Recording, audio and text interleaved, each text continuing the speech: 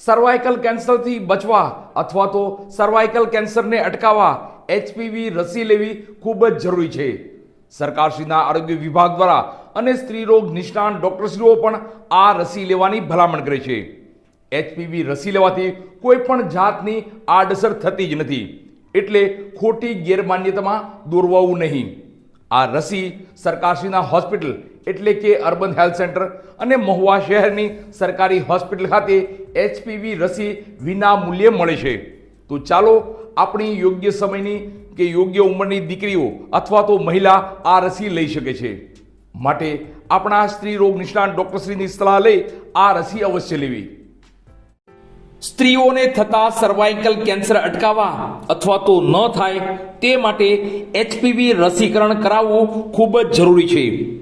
અને આ એચપીવી રસી મહુવા શહેરના તમામ આરોગ્ય વિભાગમાં, જેમાં અર્બન હેલ્થ સેન્ટર, સરકારી હોસ્પિટલ મહુવા, આ તમામ હોસ્પિટલ ખાતે વિનામૂલ્યે એચપીવી રસી ઉપલબ્ધ છે.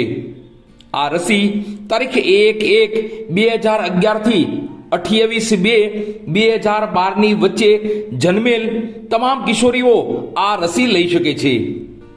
આ એચપીવી રસી લેવાથી સર્વાઇકલ કેન્સર થતું અટકાવી શકાય છે. વળી આ રસીની કોઈ પણ સાઇડ ઇફેક્ટ પણ નથી. જો શરદી કે ઉધરસ હોય ને તાવ આવે અથવા તો વાયરલ ઇન્ફેક્શન થાય તે અલગ બાબત છે, પણ આ રસી લેવાથી આવું કશું થતું નથી અને નુકસાન પણ થતું નથી. યોગ્ય ઉંમર મુજબ દરેક વાલીઓએ પોતાની દીકરીઓને આ રસી મુકાવવી ખૂબ જ જરૂરી છે, જેથી આગલા દિવસોમાં સર્વાઇકલ કેન્સર જેવા રોગોથી બચી શકાય. ત્યારે સર્વાઇકલ કેન્સરની રસી અને તેની અન્ય બાબતોને લઈ મહુવા શહેરના જાણીતા સ્ત્રી રોગ નિષ્ણાત ડોક્ટર જીતેન્દ્ર સેતા અને ડોક્ટર સંજય ભૂતનું શું કહેવું છે, ચાલો જાણીએ. હાય, મારું નામ ડૉક્ટર જીતેન્દ્ર સેતા. આઈ એમ MD DGO વાત્સલ્ય મેટર્નિટી હોસ્પિટલ. હવે આજે આપણે ટોપિક છે કે આપણે હ્યુમન પેપિલોમા વાયરસ HPV, બરાબર, એ એક ટાઈપનું ઇન્ફેક્શન છે. હવે એની માટે આપણે રસીકરણ શોધાયેલી છે અને આપણે રસી HPV વેક્સિન તરીકે ઓળખવામાં આવે છે. હવે એ કોને લેવી જોવે તો 9 થી 14 વર્ષની બાળક અને 21 થી 65 વર્ષની ફિમેલને આ વેક્સિન દઈ શકાય. હવે અમુકનું માનવું એવું છે કે એ વેક્સિનથી લેવાથી માન્યતા છે કે એ વેક્સિન લેવાથી બચ્ચું રોકાવામાં પ્રોબ્લેમ થાય છે કે બચ્ચાને કોઈ પણ જાતની રોકાવા પછી પણ ખોટખાપણ આવે તો એનું આને વેક્સિનને લીધે કોઈ પણ જાતની ખોટખાપણ કે કોઈ પણ જાતની બચ્ચું રોકવામાં કાંઈ પ્રોબ્લેમ થતો નથી. આ સેફટી માટે એક વેક્સિન છે. જેવી રીતના આપણે નાનપણમાં ટાઇફોઇડ વેક્સિન આ બધી લઈએ છીએ, પણ આ સેફટી માટેની વેક્સિન છે. એટલે આને લીધે કોઈ પણ જાતનું ફર્ટિલિટી કે કોઈ પણ જાતનું માસિકનો પ્રોબ્લેમ કે કાંઈ પ્રોબ્લેમ આવતા નથી, કે કોઈ પણ જાતનું બચ્ચાને પણ ખોટખાપણ આવતી નથી. આ લેવી જરૂરી છે. અત્યારે આપણે હાલમાં સરકારે એક બધા સેન્ટર ઉપર વેક્સિનેશન 14 વર્ષની બાળકોને ચાલુ કરેલું છે. તો મારું માનવું એવું છે કે બધી છોકરીઓને આ લેવી ઇમ્પોર્ટન્ટ છે, તાકે આપણે સર્વાઇકલ કેન્સર જે થાય છે મુખ ઉપર, કારણ કે ઇન્ડિયામાં અત્યારે સર્વાઇકલ કેન્સર ટોપ 1 to 2 ઉપર થાય છે, આવે છે. તો એની માટે બચવા માટે આ વેક્સિન લેવી જરૂરી છે.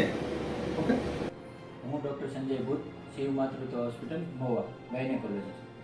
આજે આપણે વાત કરીશું HPV vaccine, cervical cancer vaccine, કે જે બાળકીઓમાં અથવા તો માતાઓમાં બંનેમાં સેફ છે અને બંને માટે લેવી જોઈએ.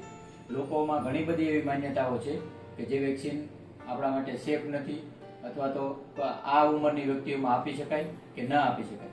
તો તેના માટે આપણે આજે જાણીએ. તો એવી માન્યતાઓ છે કે આ વેક્સિન છે એ સેફ નથી, પરંતુ એવું નથી કે 500 મિલિયન કરતાં વધારે ડોઝ આ વેક્સિનના અપાઈ ગયેલા છે અને 160 કરતાં વધારે દેશોમાં આ વેક્સિન અત્યારે અપાય છે.